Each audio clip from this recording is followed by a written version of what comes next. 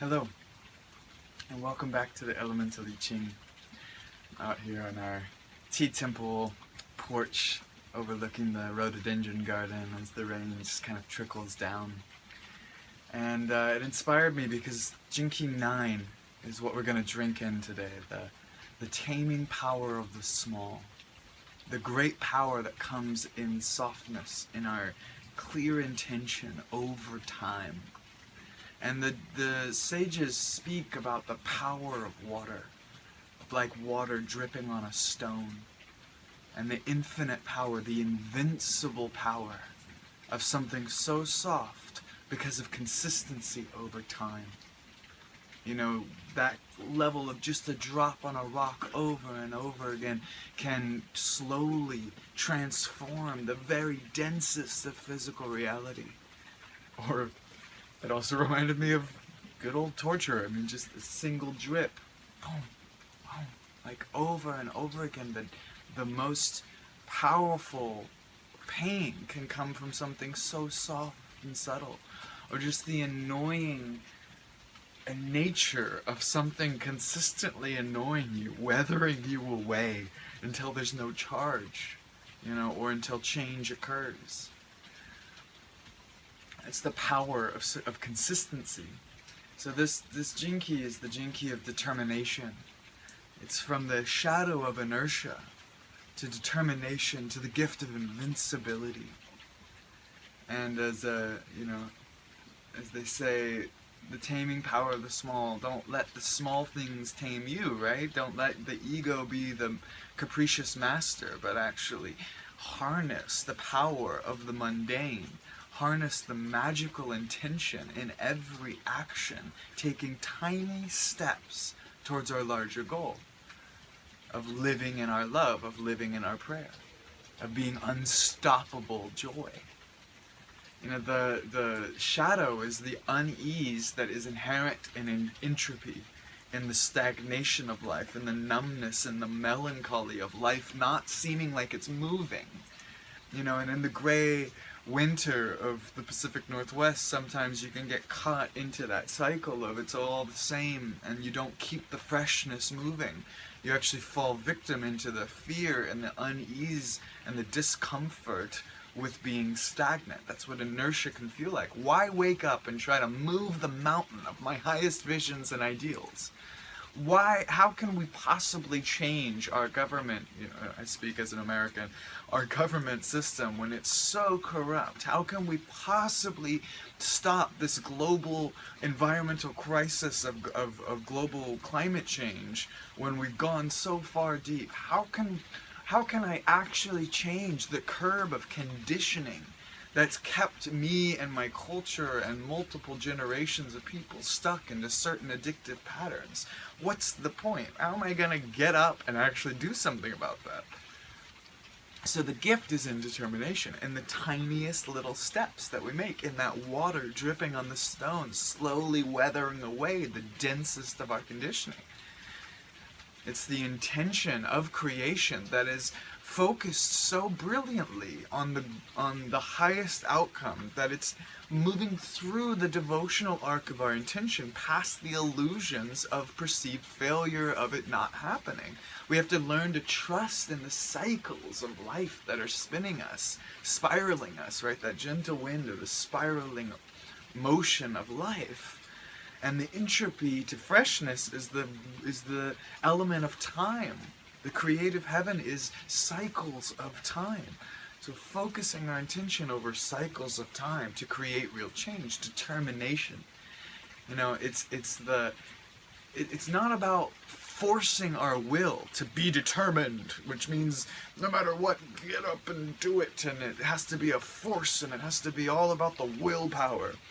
It's actually about a willingness to follow the pathway of least resistance, but maintaining intention while keeping in our freshness, while following our intuition at each moment to the right pathway, the right alignment of energy, while maintaining that intention for our highest dream. So washing the dishes can be this action of imbibing the present moment and feeding a future dream. In the Kickstarter realm and in the musicians with their projects, or artists with their grand ideas, or visionaries, you know, it's like they live in that vision state. And there's a poverty consciousness trap of I have to accumulate a huge amount of wealth for it to actually go into action. And they actually create more suffering in the inertia realm because they're not fully enacting the vision that they want to live in, because they think they have to have some sort of external proof before they can make it happen. Now, of course, resources come to fuel something in its passionate intent into the world. Life gives us that life vitality in order for these projects to grow. And there are certain stages that require resources for the highest growth. That's what the seasons of our planet does. But it doesn't limit us from actually living that prayer every day in the smallest of ways. And that's where the real grassroots change is occurring. And really making conscious effort every day, not by taking it all on ourselves, but by following that determined path of following our intuition, following the spirals of life over time in each fresh moment. You know, because determination is like the tiniest scratch sometimes on the mountain, thinking that one day we'll carve our way to the heart of the truth. You know, it takes time to weather away. The wind is a subtle penetration of life. It takes eons of the wind to weather the hard rock. But over time, it reveals. Over time, it has that determination, not even by agenda, but just by the natural form, function, and life vitality of life that is shaping us all. So we bring our intention and our awareness into the weathering process that life is constantly polishing us into who we're going to become. Because eventually, invincibility is the inevitable breakthrough, the unstoppable love, the unstoppable joy of what real beauty is, the clarity of seeing beauty in action, rolling throughout all time. It's like that tiny pebble at the top of the mountain. When it starts to fall, it's just a tiny little drop. It's just the tiniest little, softest little influence in our life. But through the power of momentum, you know, determination is all about momentum. It's like, what is the most correct step in alignment with life's vitality, so that I actually gain momentum with each step instead of forcing my way up, you know, upstream the whole time. It's about following life's vitality. So as the momentum builds, by the time that tiny pebble has rolled down the mountain, it is a massive avalanche of love. And that's the power of our intention, and not our agenda-based intention of, I need $100 today. I mean, there's a place for all of you powerful magicians out there who utilize the specifics of living your vision. I'm inviting us into something a little different with what is intention, what is clarity. It's alignment with the flow of life, with the trust of life's timing, with the harnessing of the passionate intent to what we see and want to live our life, to the visions that come, to the ideas that flow through, and to not stay stuck in the distance and the division between where I'm at now and what my highest ideal of the future can be, but to be determined, to live in the freshness of each moment, and the willingness to listen, the courage to listen to each moment, to follow those pathways that are being forged by life, the tributaries of life that are slowly weathering into these giant rivers of rushing prosperity and love and alignment with life.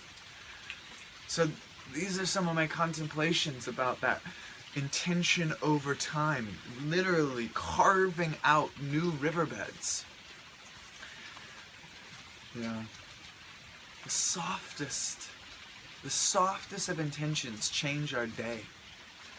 The seeds of doubt that we plant at the beginning of a project, you know, or the courage to see through failure and challenge and obstacle, to not let those tiny obstacles, and sometimes very large obstacles, be a sucking of our energy and a reason to give up, but actually reminders of how to relax and trust the spirals of life, to follow our intuition in each fresh moment.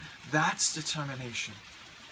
A willingness to listen to how life is asking us to bend, to turn, to follow that pathway of least resistance, not apathetically, lazily, just like kicking back and, well, it's all just love, right? So I have no...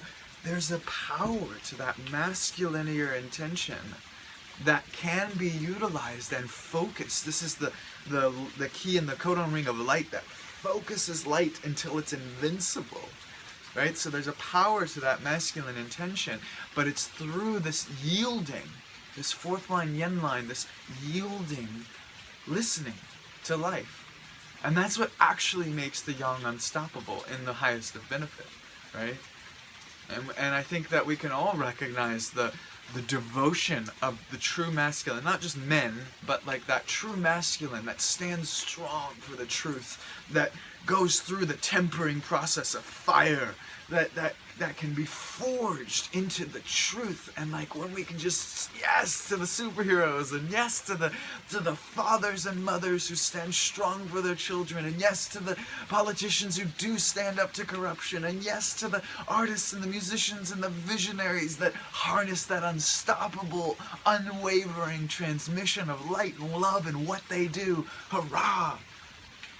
And it comes from this deep yin, this deep listening, this deep willingness to respond gently to life's subtle curves. Because we're not here to force our opinions, to force our vision of reality, to force it onto consciousness. We're here to allow, relax, and align. You know, and relaxation isn't about giving up, right? It's not about falling asleep. Relaxation isn't about not caring. It's about caring so deeply that you are willing to be a hollow reed for the universal love to sing through you. You know, it takes both strength and deep listening and receiving and yielding. This is the balance that the Gene Keys and the Taoist teachings and the Elemental I Ching and all of life is constantly inviting us to embody on a new level. So wash those dishes. Clean your space, right?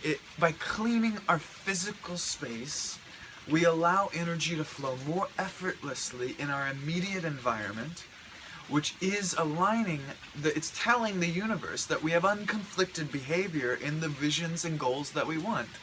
So, I mean, I've been in a lot of chaos recently, so I need to go in, you know, this weekend and really clean things up to get things back into right order, so that harmony can align, so that I can be enthusiastically joyful in my physical space, so that that's the vibration going into my work that emanates out into the world.